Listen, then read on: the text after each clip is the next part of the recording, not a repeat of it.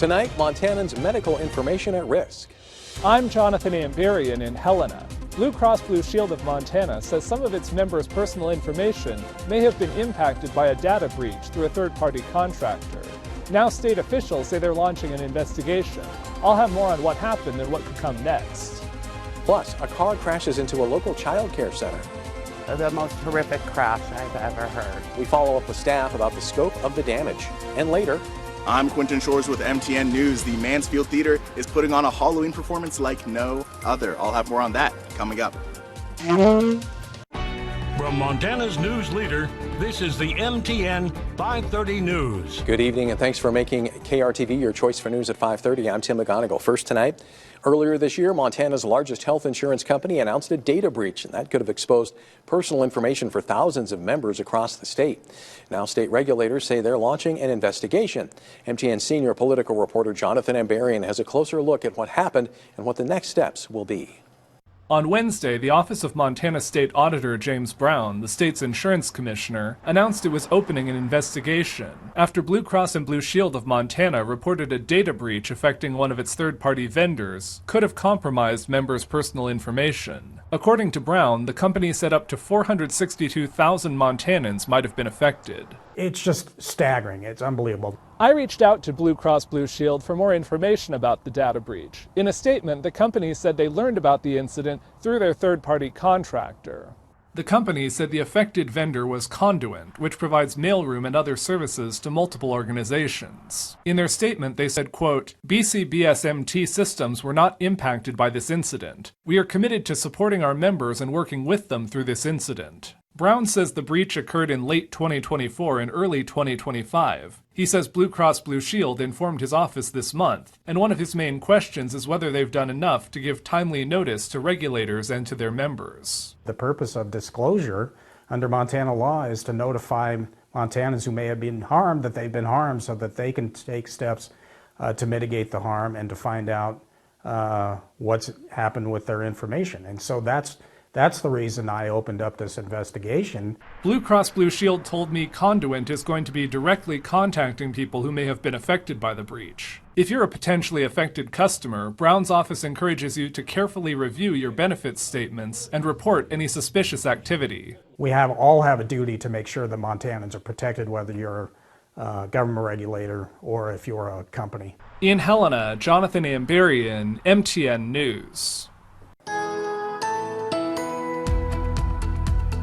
We have had picture-perfect fall weather for your Wednesday with sunny skies and dry conditions throughout the entire state of Montana. A gorgeous shot of Lake McDonald and Glacier National Park here with the snow-capped mountains as well as the fall colors on the trees. It feels great outside right now as temperatures are in the mid to upper 50s and low to mid 60s. And probably the best news of all is the fact that there has been little to no wind for the entire day today. And I really hope you've enjoyed that lack of wind because the wind will pick back up as we go through the next few days with gusty winds along the Rocky Mountain front, and it will be a bit breezy elsewhere. We're also going to continue to have mild temperatures through the beginning of this weekend with highs in the upper 50s, 60s, and low 70s. And I'll have a look at your 7-day forecast in just a few minutes.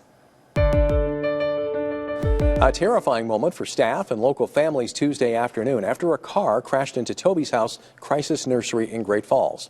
Two vehicles were heading down 5th Street North when one made an unsafe lane change, forcing the other driver off the street and into the building. MTN's Anissa Coomer met with staff today to learn more about the extent of the damage. It was a frightening scene here yesterday afternoon at Toby's House Crisis Nursery after a car crashed into the building. Thankfully, all children and staff made it out safely while child care services have been briefly paused. Staff continue to offer vital resources like diapers and formula to families in need. The most horrific crash I've ever heard. Babies were crying, workers were crying.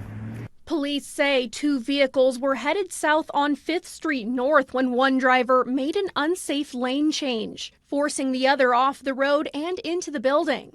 Neighbor and volunteer Wendy Marquardt, who also serves as Toby House's emergency contact, says she ran outside after hearing the impact. When I saw the pumpkin in the front yard that was squashed flat and thought, oh my gosh, this could have been one of the children. That was really scary.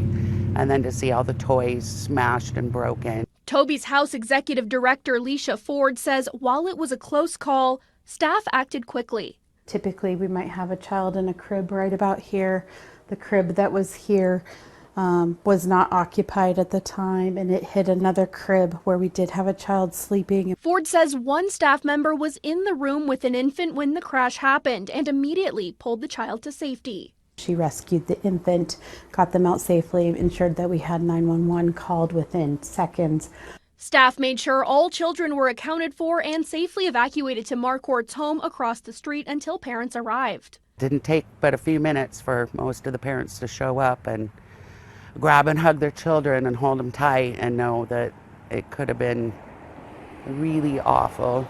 Toby's House hopes to have the damaged room repaired and reopened within a week. In the meantime, they're partnering with Peace Place to care for some children off-site, while continuing their mission to help families in crisis. We're still continuing to give out formula, so if anyone has any formula or diaper donations, I would say bring those in. Dozens of community members have also stepped up to help, including airmen from Malmstrom Air Force Base, who are helping clean out the damaged room so repairs can begin quickly.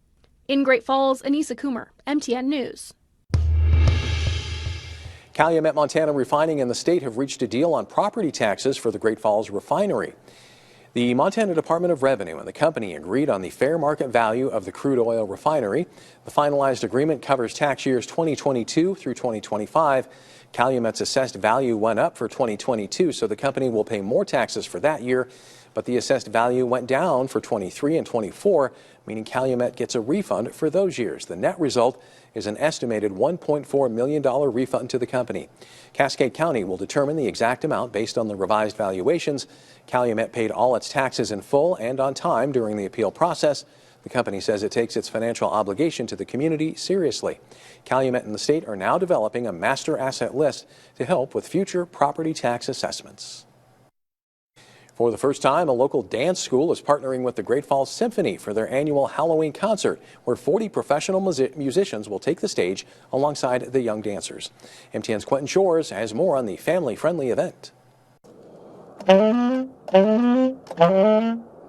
Miss Linda School of Dance is collaborating with the Great Falls Symphony to put on a spooktacular Halloween performance. With this magic wand, I will bring this entire room full of spirits and ghosts back to life. Gordon Johnson and his orchestra of 40 professional musicians will take the stage at Mansfield Theater alongside the Young Dancers Company. It's the first time both performing arts groups have collaborated like this. We have this extraordinarily special this time, our dancers from Miss Linda's School of Dance. And they're going to be here on the stage while we're playing, and they'll be Valkyries taking fallen heroes up to Valhalla, and there'll be little gnomes chasing Peer Gynt. So we'll have all that vitality on stage. Johnson says the lighting, dancers, and acting will add a whole other dimension to the art, enhancing the performance of the musicians on stage, leading to a fun, family-friendly concert with fan-favorite songs from the Addams Family, Ghostbusters, and Monster Mash, to name a few. It's the kind of music that people typically want to hear from a symphony orchestra at a Halloween concert. And it's spooky. Everything's spooky, but it's family-friendly too. For Miss Linda School of Dance, it'll be the first time many of her young dancers get to perform on such a big stage in front of such a large crowd. But the dancers welcome the challenge and are even excited about it. I like personally seeing all the different faces and the different expressions when you're dancing. It just kind of lightens up your day, and then the applause at the end, it's all worth it, all worth it. I like having the opportunity to dance with like 40 musicians live on stage. That's like insane. Jane and Keenan will be some of the 23 dancers performing on stage this Halloween. They'll be dressed in costumes ranging from fairies with wings to Pugsley from the Addams Family. We're gonna do some like face paint and makeup, kind of just get the Halloween spirit going, and it's gonna be, a great time. We're just gonna have fun. The free concert will be emceed by MTN's own Tom Wiley, and audiences can expect a fun night filled with tricks, treats, and fond memories. In Great Falls, I'm Quentin Shores, MTN News. A chicken franchise is hatching a plan to expand across Montana. After an opening in Billings that was anything but foul, Dave's Hot Chicken is soon to arrive in Missoula and looking to branch out to Great Falls later. MTN's Addie Glidewell has the story. If you're driving on North Reserve in Missoula, you'll notice there's plenty of options to eat. The newest addition is bringing a little heat. I think the culture with Dave's Hot Chicken is really going to mesh well with the culture of Missoula. I think all the university students are going to love it. Owner Wyatt Prime says Dave's Hot Chicken's expansion into Missoula is the result of a successful run at its first Montana location. When we opened in Billings, I was pretty worried no one was going to show up. And then an hour before we opened, there was a line down the sidewalk. And then our drive-through wrapped around the building and blocked the main road for about a month. Dave's Hot Chicken offers everything from sandwiches to sliders and cheese fries to slaw, with a heat scale rating from none to Reaper. Our main goal is to turn guests into fans, and that's what we're going to do. Prime, his brother, and their friend are the youngest franchise owners in the company. He finds it special to work closely with the people he grew up with.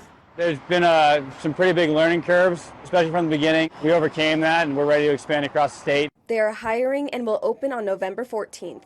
We're expecting a big grand opening. We hope to beat the Billings numbers. More Dave's Hot Chicken locations will be expanding soon to Great Falls and Helena. In Missoula, Addie Gladwell, MTN News. President Trump reportedly seeking hundreds of millions of dollars from his own Justice Department. I'm Alex Miller. Coming up, why he's seeking the money and the ethical concerns it raises. From Montana's news leader, you're watching the MTN 530 News. It's now day 22 of the government shutdown. There's still no end in sight. On Capitol Hill, Democrats are calling out House Speaker Mike Johnson for sending members home, while Johnson blames Democrats for what's now one of the longest shutdowns in U.S. history.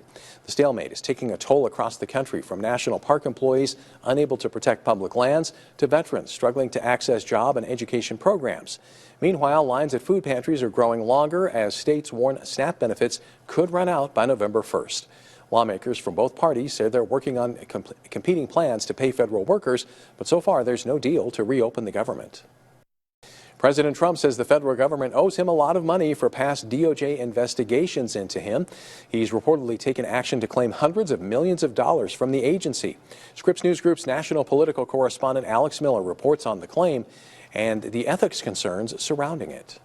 President Trump seeking hundreds of millions of dollars in damages from the Justice Department, according to reporting from the New York Times. The president reportedly seeking compensation for federal investigations into him over Russia's alleged interference in the 2016 election and the FBI's search of the president's Florida home in 2022 for classified documents. But multiple legal ethics experts told Scripps News there are major concerns that the DOJ officials who could oversee potential damage payments may be the same attorneys who have represented him in the past. I think we have huge ethical concerns here with this claim, because the claim is being made by President Trump to his own Department of Justice, where his private lawyers still work. Todd Blanche is one of those lawyers. He led President Trump's legal team in the classified documents case and now serves as the Deputy Attorney General at the DOJ. It would be Blanche or the Associate Attorney General Stanley Woodward who would decide the settlement according to DOJ guidelines. Woodward represented Trump's co-defendant in the documents case. In a statement, the DOJ said, in any circumstance, all officials at the Department of Justice follow the guidance of career ethics officials. But the president appeared to acknowledge the potential conflict on Tuesday. That decision would have to go across my desk, and it's awfully strange to make a decision where I'm paying myself. Richard Painter served as President George W. Bush's chief ethics lawyer and says if this moves forward, a neutral arbiter would be needed. There absolutely needs to be a third party, a neutral party that looks at this matter to determine if Donald Trump has any claim against the United States government. Alex Miller, Scripps News Group, New York.